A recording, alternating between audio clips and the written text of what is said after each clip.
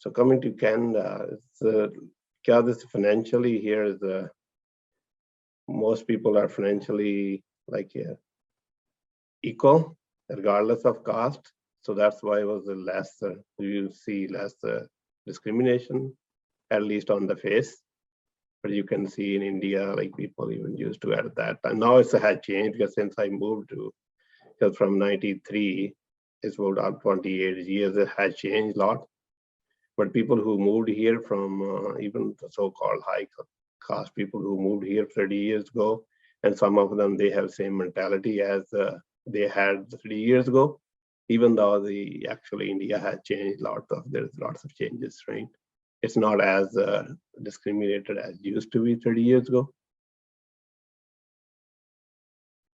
Some people will make like a racist comment, not like attacking me directly, just the whole community in like larger context.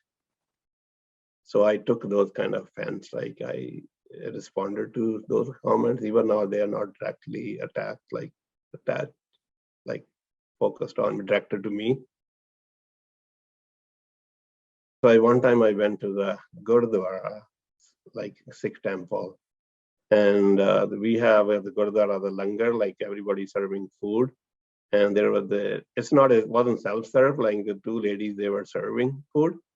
And one person, he came and he didn't wash his hands and tried to get some food from the big pot. And the two ladies tried to stop him and told him that, oh, you should not touch it, right?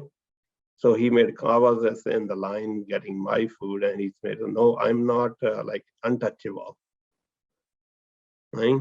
Untouchable means like in the low cost people, right?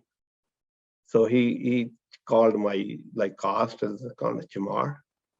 They call in one of the low cost is Chamar. He said, I'm not a Chamar. So then I said, so I got offended. I told him that why he's saying that. So he was indirectly saying that because he can do whatever he wants with only the Chamar people, they cannot touch the food.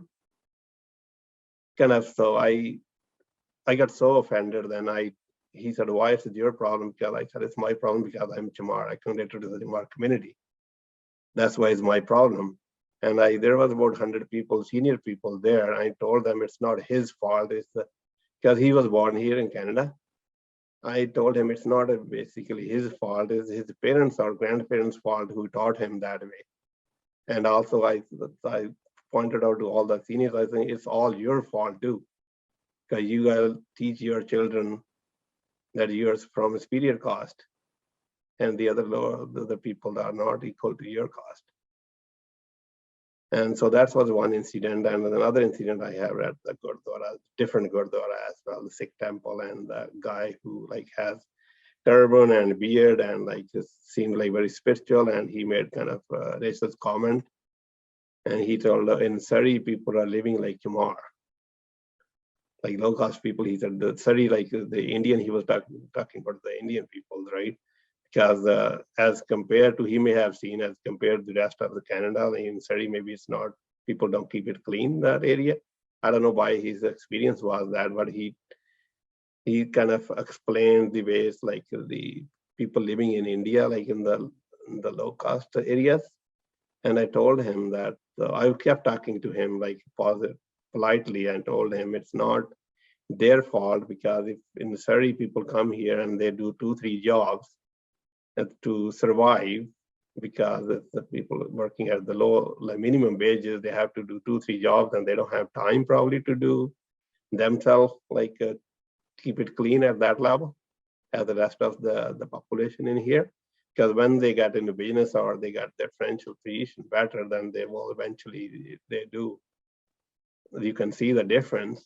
I think that's what I told him, that's what is happening in India. People don't get paid their fair share. And so that's why they're living in a small, like they live in small town, or they don't get fair share, their fair wages, and how their poverty is going to improve. And they won't be able to look after themselves, after their health or their clothes or everything.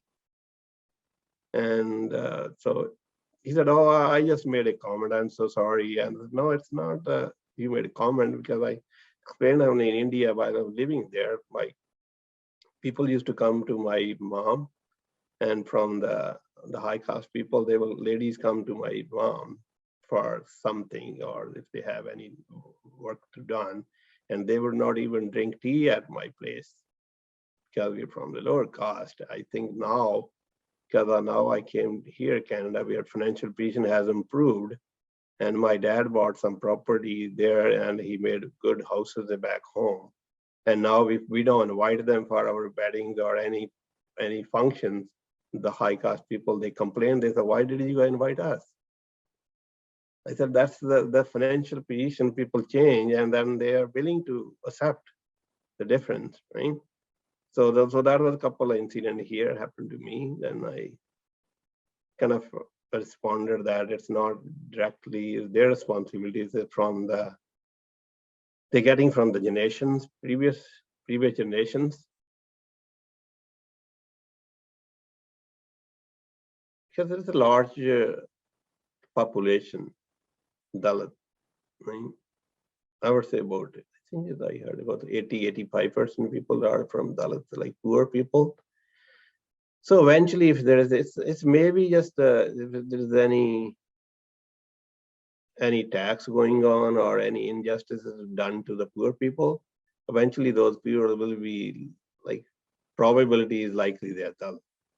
So that's why it's like, it's not just probably who is it targeting, is it targeting poor people, and eventually as they come under the Dalit. That's how I see most of the time, right? I know it's the India, the government is mostly the Hindu population majority, but who is supporting them, who is voting for them, is the majority of the Dalit, who make them, they elect them, because they don't think it's kind of a Hindu religion, and the Hinduism imposed on all Dalits. They don't think they are not Hindu, because if their religion is not giving them equal rights, why they want to become part of that religion, right? So it's all like the only 15% of the population in India, they are really Hindu, and they control the government. And so wherever people who wants to get their rights, to fight for their rights, mostly the poor people, they will be likely, as I mentioned, a Dalit, and they're trying to kind of depress them or control them with their force. And I think the Canadian government, they can do that when they're diplomats here, or even then anybody comes from India, they can look at all that those cases that happening. They can bring up those issues, right, and address those issues. And at the same time, and also Canadian, I know I don't want to get into real politics, then the Canadian government has to be honestly address the issues with the natives, right? So that sometimes is counterproductive. Then if there's any incident happens or something happens within Canada, and then it's hard to kind of counterattack the other government, right? So it has to be done from the same level, cleaning out their own kind of issues, and then kind of become the, as I say, that the human rights, right? Talk about the human rights in general. Sometimes people don't say at their face, and on the back of their mind, they're still like the people who are not born here, specifically in their brain, then they don't teach their children that there is no different than the cost. Like Victoria, we have lucky to be, there's not much as compared to Burn or to Vancouver or Toronto areas. Because in Victoria, people who came here, they came like long time ago, and now there's the third and fourth generation. And first, their children, they will start getting married with intercaste with a Caucasian community, and so that's why they have more acceptance. And now they're accepting the intercaste, the marriages here in Victoria, even if it's not done at like just within a few families, it's done at the Sikh temple. There will be like 400 or 500 people from both communities. So that kind of arrange, like those kind of marriages make big difference. sometimes people used in the beginning, maybe 20 years ago, if there's a intercaste marriage, they will just get only 2-3 families, like kind of secretly do the marriage, not like openly, because the people used to give them hard time as a society, right?